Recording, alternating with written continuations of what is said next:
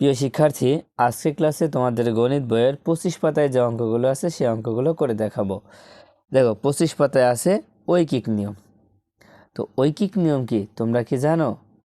25 পাতার ঠিক মাঝে ঐকিক নিয়ম কাকে বলে দেওয়া আছে যে একটির মান বের করে একে ভিত্তি ধরে একাধিক জিনিসের মান বের করার এই নিয়মকে ঐকিক নিয়ম বলে।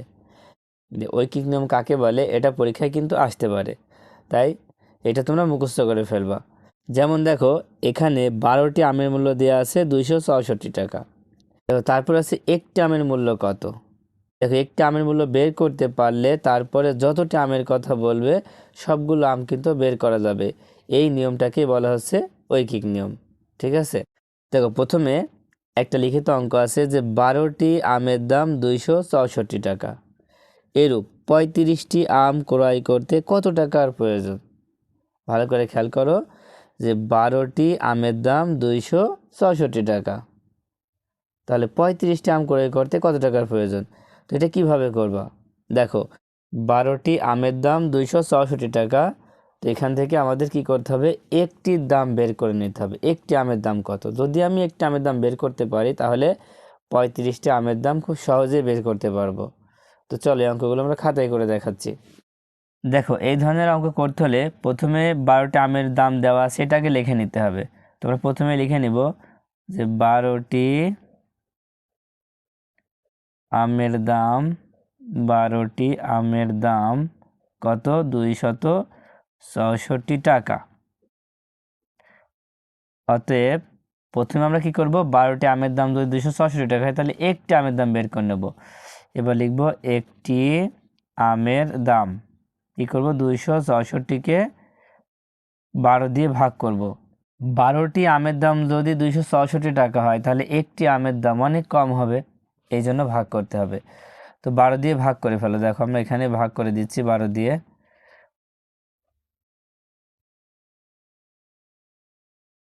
দেখো প্রথমে 12 দিয়ে 26কে ভাগ করলে 2 বাজাবে, 12 দুখানি 24, তারপর বিয়োগ করলে 2, আবার এই সাইড নামায় দাও। আবার দেখো 12 দুখানি 24 কত হলো? 22।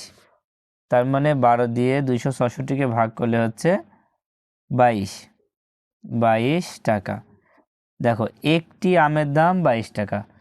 এখন একটি আমের দাম তো আমাদের জানা শেষ, এখন যত আমের কথা বলবে সবগুলো বের করা যাবে। যেমন এবার বলা হচ্ছে যে 35টি আম ক্রয় করতে কত টাকার প্রয়োজন? একটি আমের দাম যদি 22 টাকা হয় তাহলে 35টি আমের দাম কত? তোমরা লিখতে পারো অতএব 35টি আমের দাম। দেখো একটি আমের দাম যদি 22 টাকা হয় তাহলে 35টি আমের দাম অনেক বেশি হবে, তাই না? সেজন্য কি করবা? গুণ করবা। 35-এর সাথে এই 22 গুণ করে দাও। গুণ করলে যা হবে সেটা হবে উত্তর। তো গুণ করে ফেলো। দেখো আমরা এখানে গুণ করে দিচ্ছি যে 35 গুণ 22। গুণ করলে কত হয়? প্রথমে 2 দিয়ে 5কে গুণ করো। 5 দুখানি 10, 10-এর 0 হাতে থাকে 1, 3 দুখানি 6, 1-এ 7। এবার এই 2 দিয়ে যখন করব তখন এককের নিচে 0 বসায় দেবো। দেখো 5 দুখানি 10, 3 দুখানি 6, হাতের 1, 7 কত হলো? 0 7 7 770 কত হচ্ছে? গুণ করলে হবে 770 টাকা।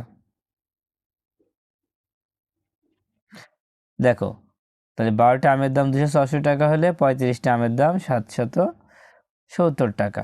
তাহলে উত্তর লিখব 770 টাকা। দেখো এই অঙ্কে একবার ভাগ হয়েছে একবার গুণ হয়েছে। তোমরা চাইলে এই অঙ্কটা আরেকটু ভিন্নভাবে করতে পারো। কিভাবে? দেখো আমি এখানে করে দিছি, তোমরা ঠিক এইভাবে লিখবা যে 12টি আমের দাম 264 টাকা। 264 টাকা 12টি আমের দাম। এবার লিখবো অতএব একটি আমের দাম। কি করলাম? এখানে ভাগ করেছে, এখানেও ভাগ করবো। কিভাবে?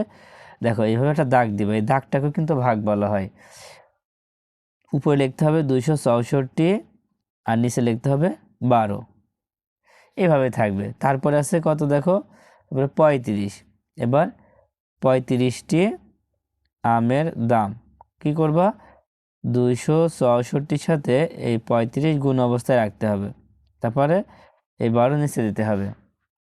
দেখো যখন আমরা 12-র নিচে 1 দিচ্ছি তখন 12 এসে ভাগ হয়ে যাচ্ছে, আবার যখন 1-এর নিচে 35 দিচ্ছি তখন 35টা কি হয়ে যাচ্ছে, উপরের সংখ্যার সাথে গুণ হবে।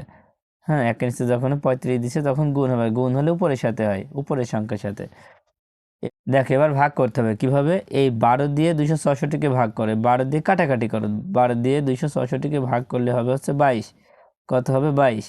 এবার 22 আর 35 যদি তুমি গুণ করো তাহলে হবে 770 টাকা। দেখো যে কোনো নিয়মে করলেই কিন্তু হবে। তারপরে এই 1 নম্বরটা দেখো, তানিয়া 192 টাকা দিয়ে 8টি কমলা কিনলো। কয় টাকা দিয়ে? 192 টাকা দিয়ে 8টি কমলা কিনলো। যদি সে 3টি কমলা কিনতো তবে তার কত টাকা প্রয়োজন তা বের করি। তো দেখো প্রথমে এখানে আছে 192 টাকা দিয়ে 8টি কমলা কিনা যায়, তার মানে এখানে আমরা লিখবো যে 8টি কমলার দাম 192 টাকা। 8টি কমলার দাম কত? 192 টাকা। তারপরে 8টির পরে আমরা একটির দাম আগে বের করে নেব। এবার লিখবো একটি কমলার দাম, 192কে 8 দিয়ে ভাগ করতে হবে, ভাগ করে যা হবে। এবার বলা আছে 3টি কমলার দাম, এবার ওখানে 3 দিয়ে লাস্টে যা থাকবে তার সাথে কি করতে হবে? গুণ করতে হবে। তাহলে কিভাবে করবো দেখো, তাহলে প্রথমে কি লিখবা যে 8টি কমলার দাম 192 টাকা। দেখো 8টি কমলার দাম 192 টাকা। এবার কয়টি কমলার কথা বলেছে দেখো, 3টি কমলা। তাহলে এবার কি করবো, এবার একটির দাম আগে বের করে নিতে হবে। একটির দাম বের করলে 8-এর নিচে 1 দিতে হবে। একটি কমলার দাম, এখন দেখো 8টি কমলার দাম 192 টাকা, তাহলে একটি কমলার দাম কম হবে না বেশি হবে? কম হবে। আর কম যখন হবে তখন কি করতে হয়?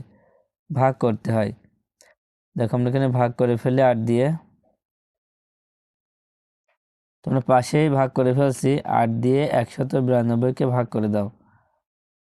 8 দিয়ে 19কে ভাগ করলে 8 দুখানি 16 হয়। এবার বিয়োগ করলে হচ্ছে কত? 3। বিয়োগ করলে 3 আর এই 2 নামায় দাও, তাহলে হচ্ছে 32। তো 32কে দেখো 4 দিয়ে ভাগ করা যায়, 4-8 32। তাহলে আমরা কত পাইলাম? 24 টাকা।